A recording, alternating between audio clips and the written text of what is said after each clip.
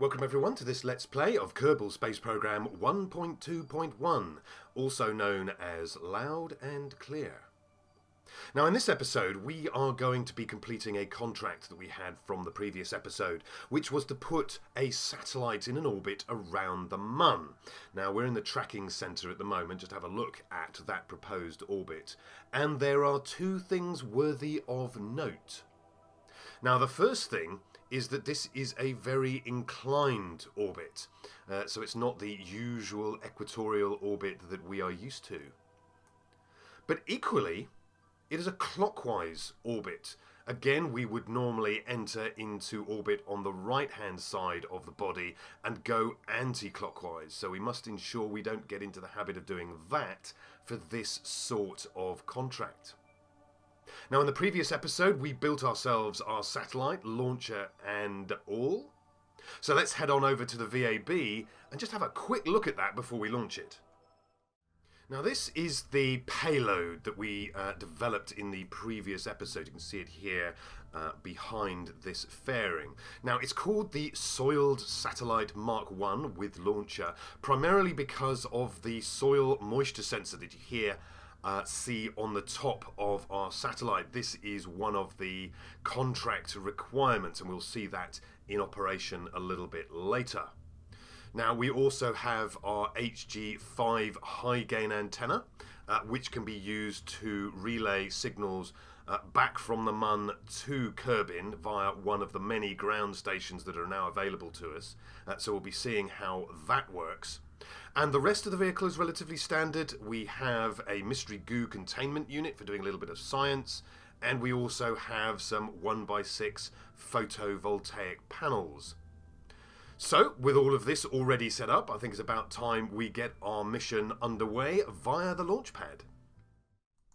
Now this is going to be a fairly standard launch. Let's just run our KOS script to get that on its way. Now we've got a very simplistic launcher here with the main stage here at the bottom, which is going to take us most of the way into orbit. And then up here we have our circularization and transfer stage.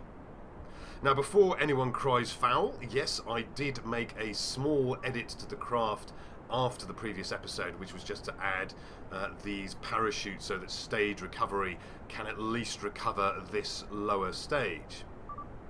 So I think with that said, we will leave this craft to get into a safe Kerbin orbit and rejoin it as we set up our maneuver node off to the Mun.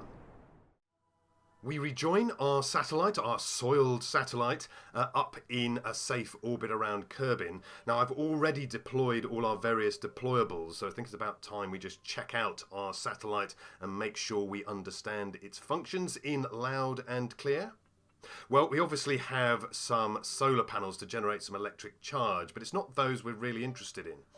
We really need to understand how our various antennae are going to work. Now we begin with the smallest of our antenna, the Communotron 16S.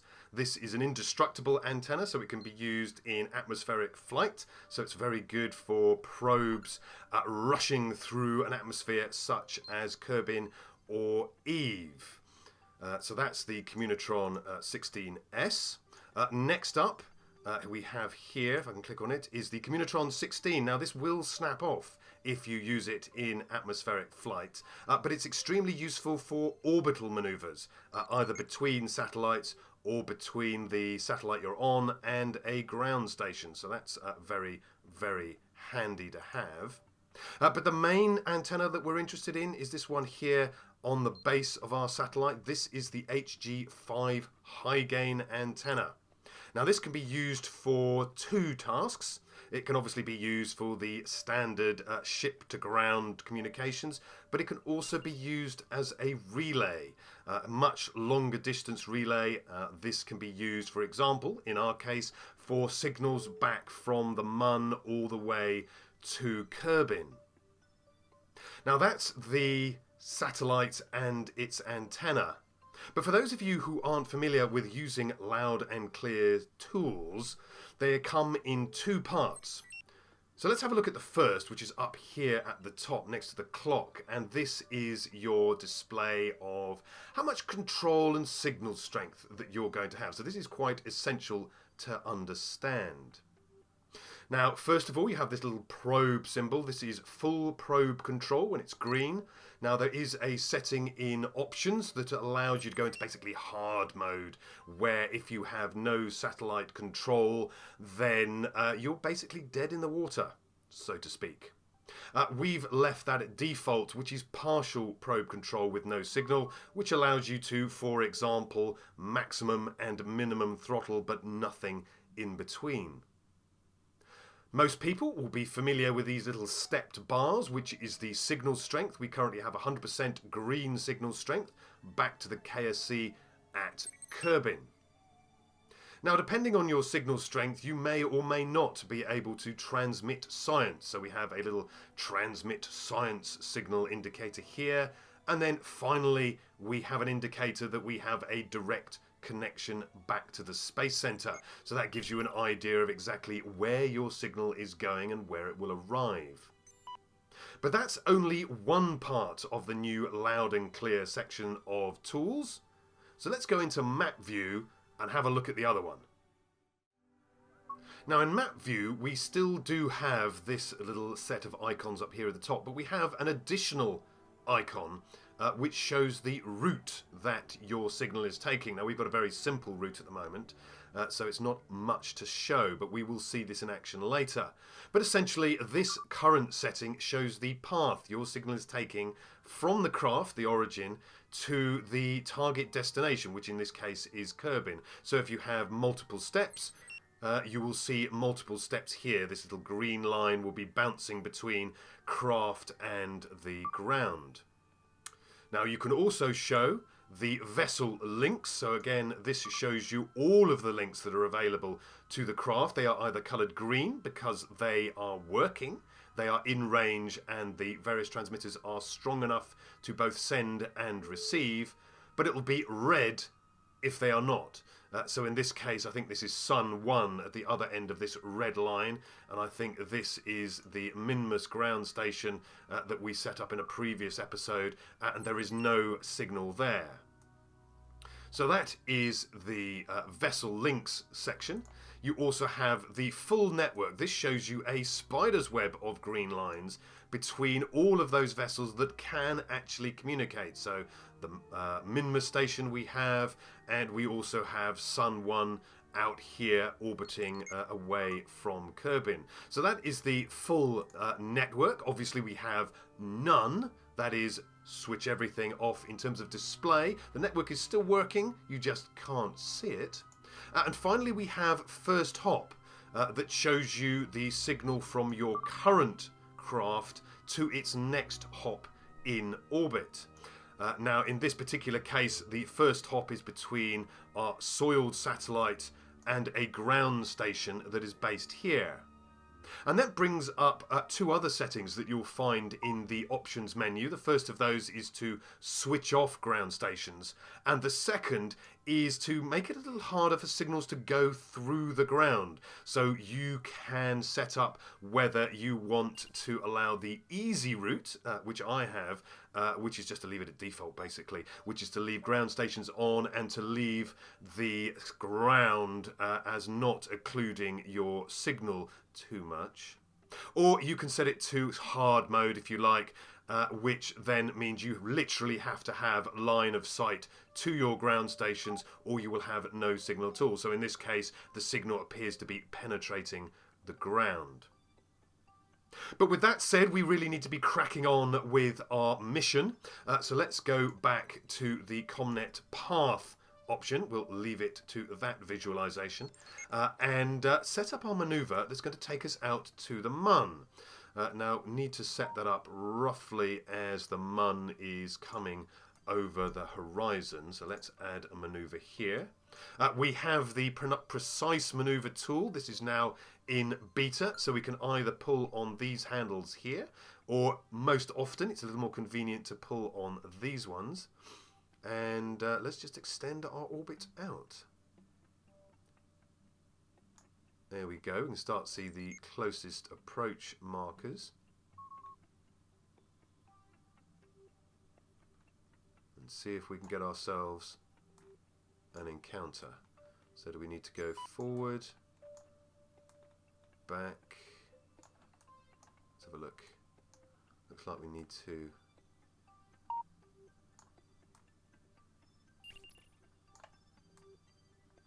Oops, too far. Start again.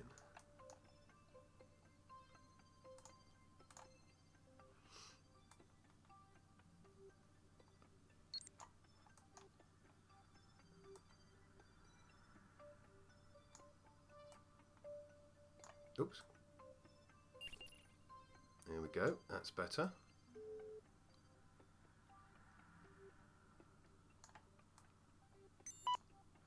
Now, what we do need to do, if we focus on the Mun, see exactly where our orbit is coming in. Now, as we were talking earlier in the introduction, we need to be coming around this side of the Mun. So let's move that.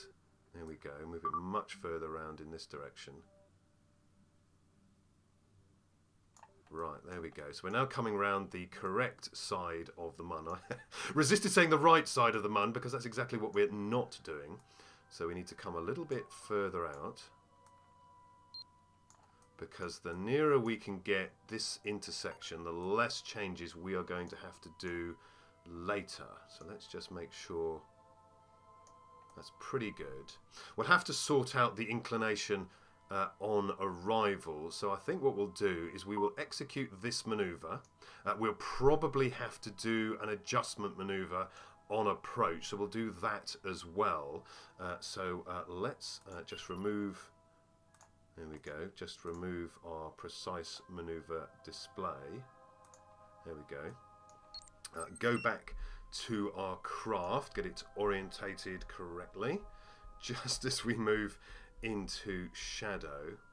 And as you can see from the better burn time display down here by the nav ball, we have approximately 30 minutes to go before a estimated burn of 31 seconds. Now the easiest way to do that, if we just focus back on Kerbin, is just to use the maneuver node handle just to warp to maneuver node. So let's just click on that there and bring our satellite around to the far side of the Mun.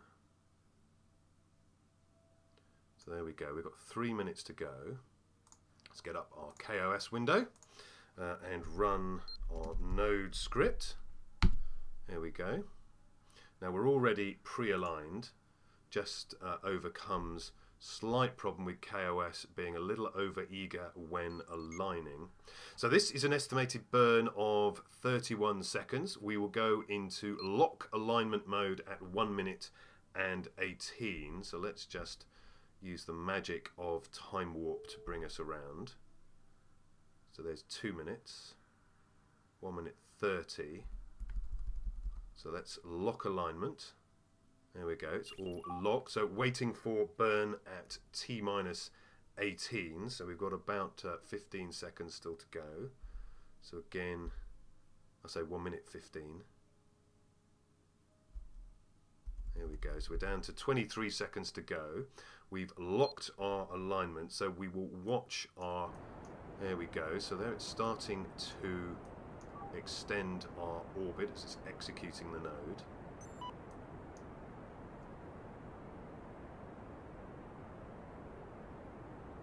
Apoapsis extending. Halfway through our burn.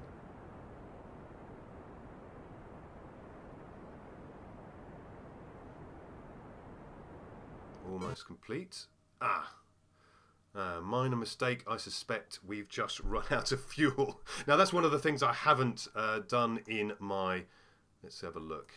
Yeah, we should just be able to extend and finish off our burn manually. One of the things I haven't done in my script is cater for exceptions. In this case, running out of fuel in your lower stage, which is... Oh, there we go. So let's go and focus on the Mun and just see where we are. There we go. So we can see our orange line here, our purple intended line.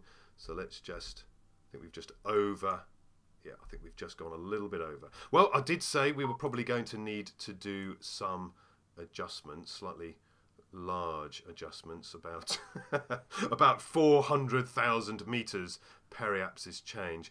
No big deal. We have plenty of fuel on this craft, unlike plenty of fuel in this script. Yes, I didn't actually specify a maximum acceleration in the event that our fuel ran out in our stage, so we have a divide by zero error in that case. So I had made the assumption that the maneuver would complete with the current stage. Bit of an exception to the rule, which I should have catered for. Okay, so let's have a look at our flight path. Here we go. So we can see our first stage, our blue line here. So let's go and warp out to the sphere of influence. Oh, I clicked on the mun. Come on, there we go. Ah, there we are. There we go, it's going. So you can see our path here. This is the green line back to one of our many ground stations. You can see it snap to a different ground station there as Kerbin rotates. So you could say that really is very easy mode. But one of the things it does prevent is, unlike in remote tech, you don't have to spend your first few months setting up a comms network around Kerbin. But if you do want to do that, like I say, you can switch it off in the options menu under difficulty, and then of course you will have to set up a comms network around Kerbin, which can be quite a bit of fun actually. If you're a bit OCD, it can be quite a lot of fun. So don't discount that as a thing that you might actually enjoy doing.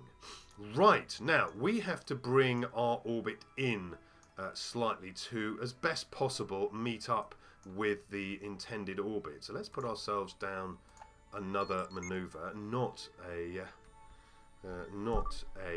warp to, a maneuver. So let's add a maneuver.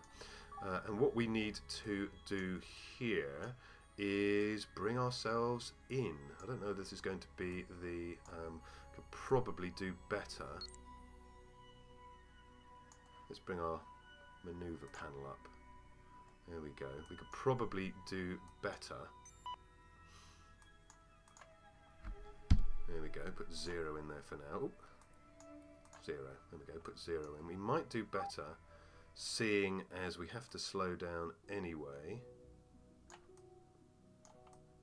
Let's have a look. What's the best way we're going to be able to do this?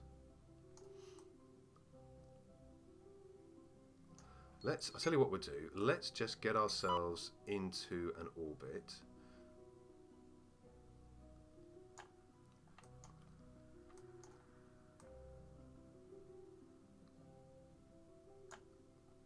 I think we're getting a lot of interference.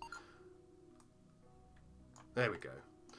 Getting into orbit at this point is probably not very efficient. Is that going to... No. That's... no, I don't like that. I don't like that at all. We did rather mess up. We're coming in sort of completely parallel. So I think we will... Where? If we put... Let's see, if we put a maneuver here... Yeah, let's put a maneuver here, and if we bring it so that, there we go, is that going to be crossing the orbit about here? And then we can, yeah, and then what we'll do here is we will then twist our orbit to match that of the target orbit. Yeah, I think that'll do. I think that'll do marvellous. That'll do marvellous. So let's get ourselves set up. I think what I'll do, just for a bit of fun, is run this manually. Now, one of the things we do have to, I say run manually.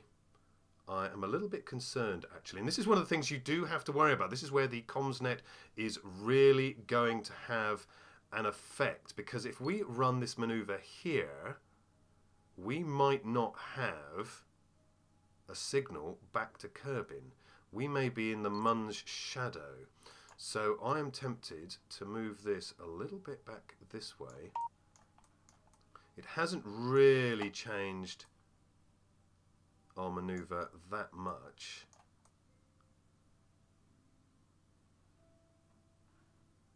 Just to make sure we have a signal back to Kerbin. Okay, well, let's try this. This is exactly what we are going to be challenged with in future. We have a 13-second burn in 1 hour and 22 minutes. So let's use the warp to maneuver node handle again. There we go. And I think this is going to be very close.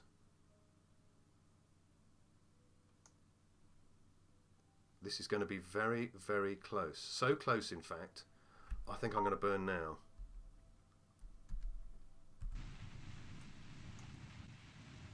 We are going to be very, very, very close to losing signal. That, like I say, if you want to set on the difficulty settings, that there would have lost you a signal. And while talking, I completely overshot. I completely forgot that we were on a timer. Oh dear. Right. We are in trouble. Oh no, we're not in trouble. We're not in trouble. We're just going to do another maneuver here. This is going to be our maneuver to set ourselves to our intended inclination. So let's do that. Let's get precise maneuver up. There we go. So we can now pull back on our... There we go. This is actually... Do you know what? This is actually going to work out pretty well. There we go. I mean, it's not that far off. So I think we'll probably be very generous, or at least the contracts are often very, very generous. So that's an apoapsis of 499. We need to go out to 535. So let's just set that out a bit. 533, that will do nicely. So this time I will not be jabbering on. Let's warp to here. There we go, signal went, signal returned. So yeah, we would have been without signal, but we're on the Kerbin side of the line this time. So we have a 24-second burn. Let's get round to our...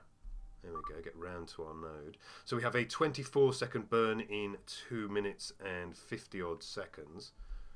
So that'll be burn on the 12.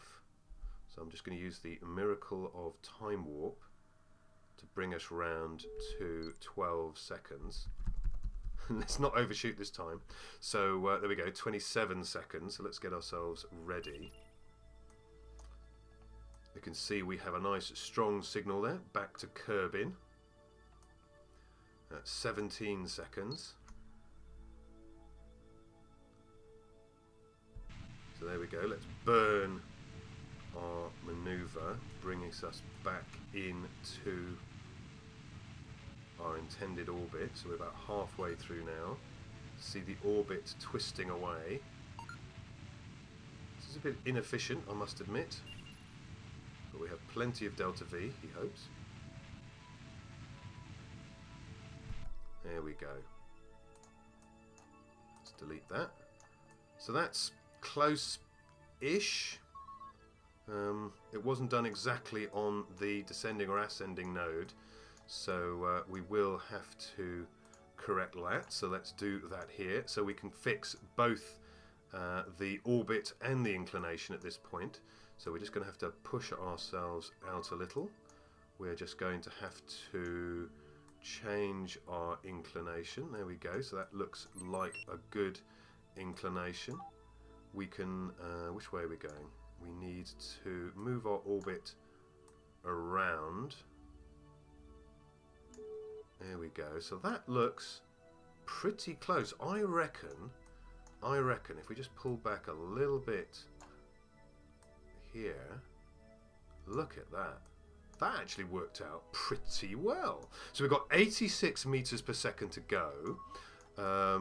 We ought to have a signal back to Kerbin at this point, assuming we have a polar station that we can get a signal from. So actually that worked out pretty well. I rather like that. So let's get rid of, we don't need the precise maneuver window at this stage. We just need to warp to this maneuver node. So let's do that.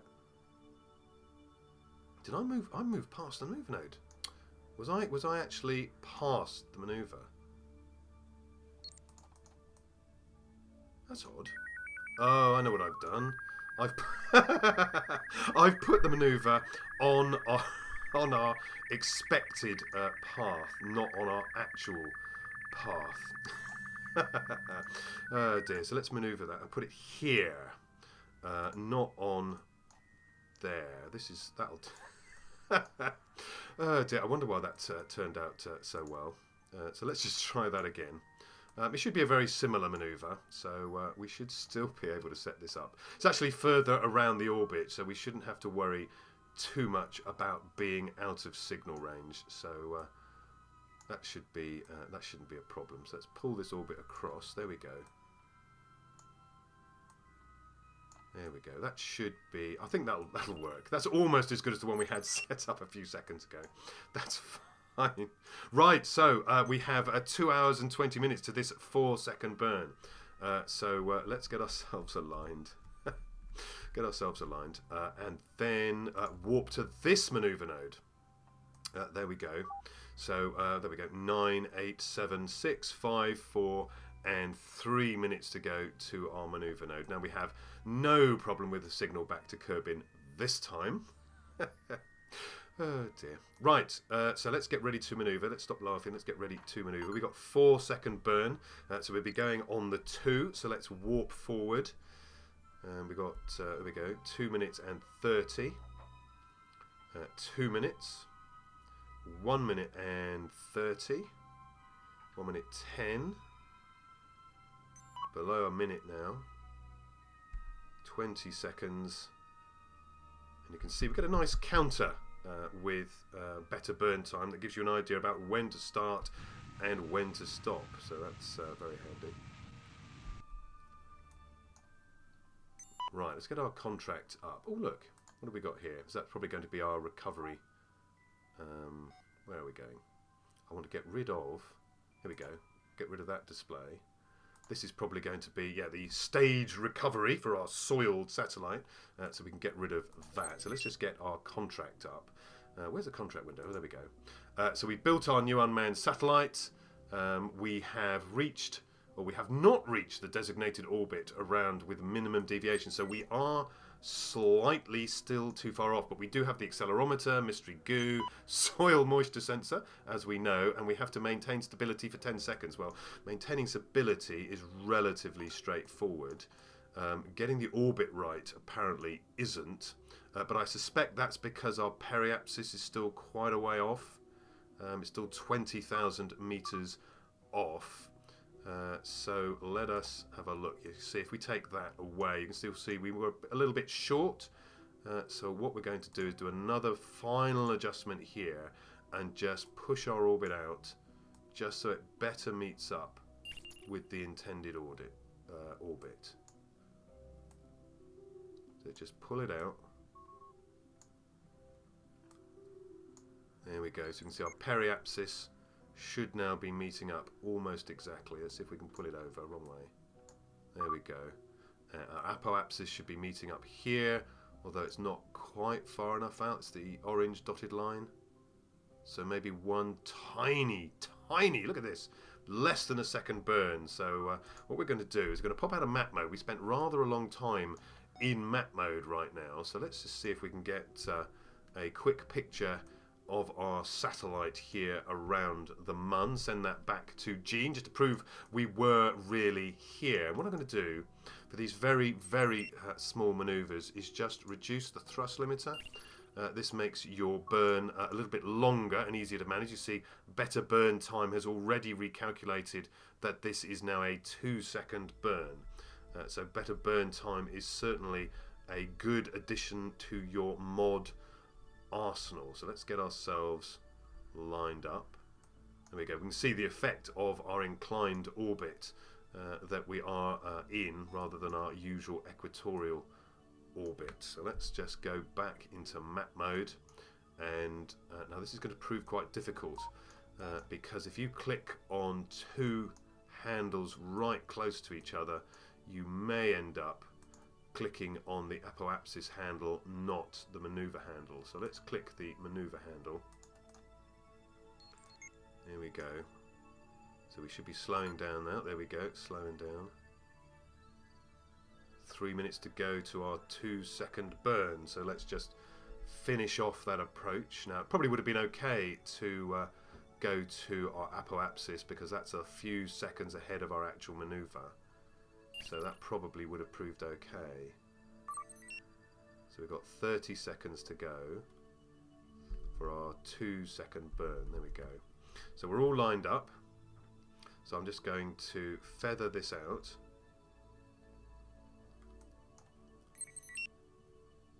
And see if we can hit our new orbit. There we go. So we have reached the desired orbit. We maintained stability for 10 seconds. Now, to be fair, we maintained stability for 10 seconds before we arrived at our designated orbit. So there is a little bit of feedback there on a bug that really needs to be fixed just to make these contracts work, well, perfectly. But that's it. We have managed to position a satellite in a specific orbit of the Mun. It was an unmanned probe. It did reach that designated orbit. We had an accelerometer, a mystery goo unit, and a D-Magic moisture sensor on it. So, while we're here, we may as well do some science.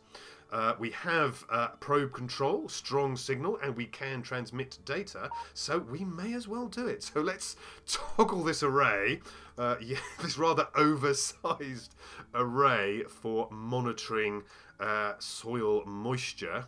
It doesn't even need to be pointed towards the soil to have some moisture collected. So let's see if we can, there we go, collect soil moisture data. Oh. Can only be operated in low orbit. Well, we will fix that some other time. What else have we got? We've got this rather useful log seismic scan, which can't be done right now either. Yes, seismic data not being readable at this distance above the surface, i.e. not on the surface. But what we can do, come on, we can get some science from observing the mystery goo, please. No. Oh dear. Oh well, we did manage to get our first relay satellite into orbit around the Mun, as useless as that might sound. Well, with that said, with that said, I'd like to thank you for watching, and I hope to see you again very, very soon. You take care. Bye-bye.